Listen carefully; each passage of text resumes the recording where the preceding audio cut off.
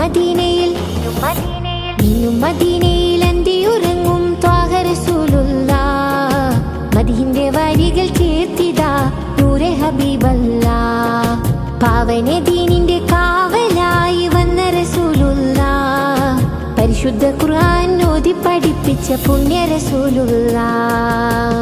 അജ്ഞത മൂടിയ നാട്ടിലെന്ന് ഉദിച്ചവരല്ലേ, ആരാനും കണ്ടാൽ കണ്ണെടുക്കാതെ നോക്കുന്ന വജിഹല്ലേ.